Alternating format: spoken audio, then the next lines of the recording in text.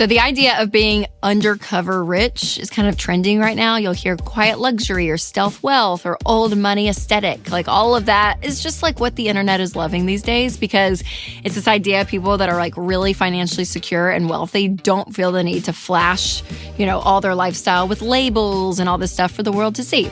So I saw an article on this topic recently, and I thought some of their points actually matched the Ramsey baby steps. So today I'm going to share and react to this list, plus a few insights of my own as we talk about this kind of concept, if you will, of being wealthy, but not always flashing it.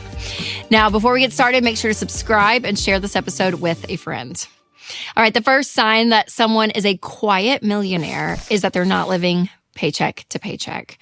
So again, you may not see it. It may not be out in the open, but for sure, when you become wealthy, you're not dependent upon that next paycheck to get by. So the margin is great, and you can get there by living below your means, right? Having a budget and actually learning to get out of that cycle. But you can definitely tell someone is like doing well if they're not needing that next paycheck to get by. Number 2 is that they're not anxious about upcoming expenses. And I think what that means, which makes sense, is that they have an emergency fund, they have cash available, and if upcoming things are coming, expenses maybe they know or don't know, they have the ability to cover them. So again, when you are paycheck to paycheck and don't have savings, it's like any little thing that comes up could feel like this crisis, right? It takes you completely out of orbit. But these stealth millionaires, if you will, they're not worried about all that stuff because they probably have planned. They have put money set aside, which is great. So again, having an emergency fund for upcoming expenses for the unexpected is key, but then also planning for upcoming expenses ahead of time, being proactive. So whether that is big expenses like replacing a car or a vacation, something big that you're planning ahead, and that's where the budget comes in for you to be proactive, which is wonderful. All right, the third way you can tell is that they invest their money wisely. And this was really great. When you talk to a lot of people who are wealthy over time, very few of them just kind of like randomly made one decision and it just made millions, right? It is this consistent lifestyle of saying, hey, how do I best use my money to make money? Because that's really one of the secrets I say, is when your money's making money, like that is a great part. That's where investing does come in. And so they're investing their money wisely. They're not flippant about it. They're probably actually very wise and slow to make decisions on what they're investing in. And when you get to this point of having no debt and a fully funded emergency fund, this is when you can start doing this. And you can invest 15% of your income into retirement. And we have found through our own surveys that majority of millionaires, really gain that millionaire status by paying off their house, but also in traditional investments like their 401k at work. So consistently investing will allow you to actually build a lot of wealth. And speaking of wise investments, investing into your online protection is crucial. And this is why I love Delete Me. 1/3 of the US population's background info is now public. So for 115 million of us, data breaches mean that our info is just out there for anyone to find. And this is stuff like our names and addresses and phone numbers and more. So that is why I love and use Delete Me, because they find and remove your information from hundreds of data broker websites that buy, sell, and trade your personal data. So take control of your online privacy with Delete Me. Individual Delete Me plans start as low as $9 a month. So sign up today at joindeleteme.com/Rachel for 20% off, or just click the link in the description. All right, number 4 is that they value experiences over material things. So the fact that this was on a list I just loved it, honestly. It made me so happy because we do talk about the idea that stuff is okay, right? So we are not against stuff. So material possessions, that does not equal evil things, right? So getting a great purse or car, like whatever the thing is that you want, you save up and you pay for it, that is great. But you have to understand that why you are doing it, your motivation behind buying those things is what's really key. And the hard thing is that we are a culture that is obsessed about the material possessions. And so it's like you almost kind of put your hope in this thing that's going to long-term make you happy, or you believe like it's going to make me feel a certain way or be a certain thing. And what you realize is when you actually start buying those things, again, they're not bad, but your motivation of doing it ends up being really negative, right? The result of all those things is not what you expected. And so you have to really buy those things with an open hand to say, yeah, if I have it, great. If not, no big deal. You're not putting so much stock into material things. So I do want to say that it's okay to have nice stuff. Just don't let your nice stuff have you. And it can have you when you go into debt for it. And when your identity, your hope, your happiness, your joy is wrapped up in a thing, because studies have shown time and time again that that does not bring long-term happiness. Stuff, it doesn't. Now, experiences, on the other hand, actually do bring a level of joy. When you experience things with people you love, there is something about the richness of life and the joy of life that is very real, and that's been proven. So I love that that's on the list. Experience over material things.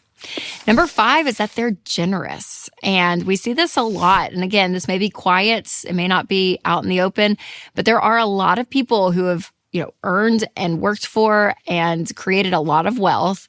And what they do with it is absolutely incredible. And so there is something about living with that open hand that is key. And we see that happens. Not every wealthy person does this, right? I'm not saying that.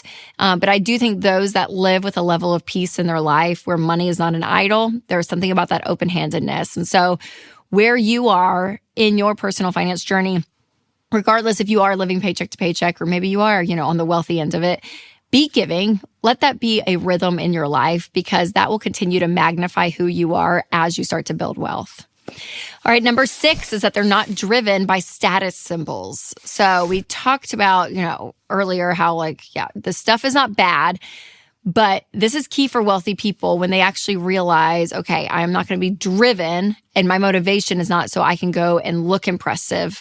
Because there is something about this idea that the more stuff people have or the more labels, the more they're trying to impress you. And I feel like you can kind of get a feeling of people like that. There is a level that you're like, okay, but you're an okay person. Like who you are, genuinely, just who you are is enough. Like you're good. And so even that quote, which I love, confidence is quiet, insecurity is loud. And there are some loud people that, again, I think people experience that you're like, you're okay. You're okay. But there's something about not needing to continue to impress, which is a really beautiful quality. And what we have found, again, with wealthy people is that they aren't driven by status. And I think cars is one of these places that a lot of people think like, oh my gosh, if I just get this car, people are going to see me a certain way and they want to be viewed in that light. So according to the National Study of Millionaires, the 2 most common brands of cars that millionaires drive, you ready for this? Honda and Toyota. Yep, great cars. Not the most flashiest or most impressive, but they're good because, again, millionaires, they're not worried about it. They are not worried about it. Okay, number 7 is that they value quality over quantity. And this is, I definitely am... I could get better at this because I do like quantity. I like options in my stuff. But they do appreciate quality items. They actually see something and will have the patience to wait and buy the actual thing that's going to last a long time versus something that's cheap just to kind of scratch that itch. Now, if you are living below your means and you're investing in things that will last, be doing that because that's going to help you not be a victim of constant consumerism. If you continue just to run and consume, it is hard to build wealth when you do that because you're spending a lot of money versus saying, hey, I'm going to be looking at the quality over the quantity, and that's helpful. But again, I'm saying this to myself too, people. Trust me. And number 8 is that they have a long-term financial plan. For a lot of people that build wealth, it doesn't just happen. They don't just wake up and they're like, oh, look at all this money that I have. No, they have a plan. They look and they see, okay, in the future, in the next 5, 10, 15, 20 years, what am I doing with my money, right? I'm actually going to be proactive and choose what my money is going to do versus just living in the moment, right? So there's something about this planning that can feel boring. It can feel kind of constrained or like, oh, I have to stay in this plan. And it's not as exciting and fun. But over time, it's amazing understanding the amount of peace that comes with actually being proactive in this area of your life. Because for so many people, they don't. They just have a feeling and an emotion and they act on it and they move on. And so much money is wasted during those moments. So making sure you have your priorities in order, you know what you're doing. And honestly, there are so many plans out there, but one of my favorites is the baby steps. And if you've not gone through Financial Peace University, this is a great course to go through. It's 9 lessons, but it talks through the 7 steps of how to get in control of your money, how to get out of debt, how to build wealth, and do everything that we're talking about. Because again, it's this idea that you're working a system, you're working a plan, you're not just going off of this emotion in the moment. And so if you want to check out FPU, I will leave a link down below. But it is a great course to dive into to get a lot of tips and this method of building wealth.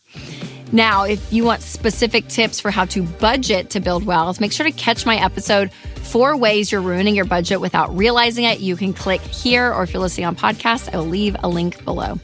All right, you guys, remember to take control of your money and create a life you love.